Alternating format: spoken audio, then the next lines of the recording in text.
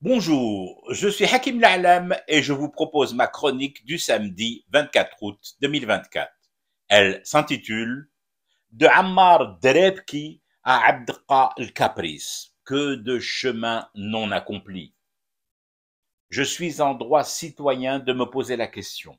Quelle est la différence entre un Bengrina et un Saadani? Ammar Saadani que nous étions nombreux à moquer sous le sobriquet non usurpé de Drebki et de pitre de la République du clan d'Oujda et de Mosquée. Mais où est le farq? Quelle différence? L'instrument, l'un assurant le spectacle politique avec une peau distendue de bendir ou de derbouka, l'autre jouant du caprice, du caramel mou, lequel, contrairement à ce que l'on pourrait penser, est aussi un instrument avant tournant, avant et à girouette. Tout l'art dans le jeu avec cet instrument-là, résidant dans le mouvement si particulier du bras et surtout du poignet lorsqu'est envoyée en l'air la brassée de caprice. La République, cette République que nous voulons tous, ou presque, est-elle condamnée par sort maléfique à devoir composer tout le temps avec des personnages qui sont à la politique, ce qu'est Zetot à la boulange ou Farhat Mhenni au pari en ligne? Je suis assez perplexe, je dois bien l'avouer. Peut-être existe-t-il des études secrètes, des statistiques cachées et des sondages jamais divulgués qui arrivent tous à cette conclusion terrible et édifiante. Bengrina, tout autant que Saadani, sont utiles.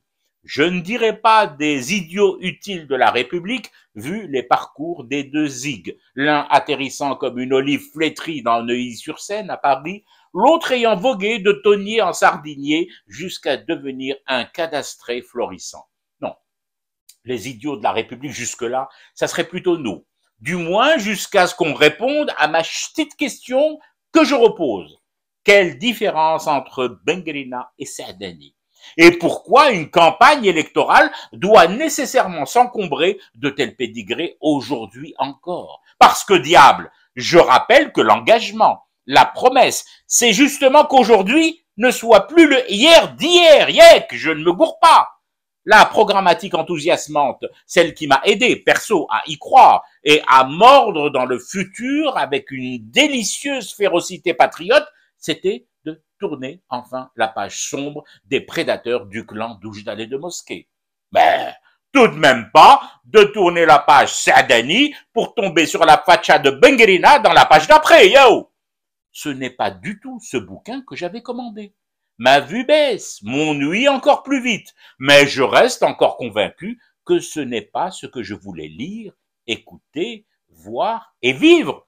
Bengrina en rappel alpinistique de Saadani, la corde du pendu nous étant généreusement offerte à nous, la plèbe gobe-mouche. Je n'ai pas combattu 20 ans durant des prototypes toxiques comme Ammar Drebki pour me farcir aujourd'hui, alors que tous les voyants sont au vert, qu'une large majorité citoyenne y croit à nouveau, d'autres prototypes tout aussi toxiques, sinon plus, parce que tout y en rab dans la marmite islamiste, j'ai nommé à regret Abdelkader el-Caprice. Je fume du thé et je reste éveillé, le cauchemar continue. C'était Hakim La'alam, je vous retrouve demain pour une autre chronique et une autre façon de dire son amour à l'Algérie.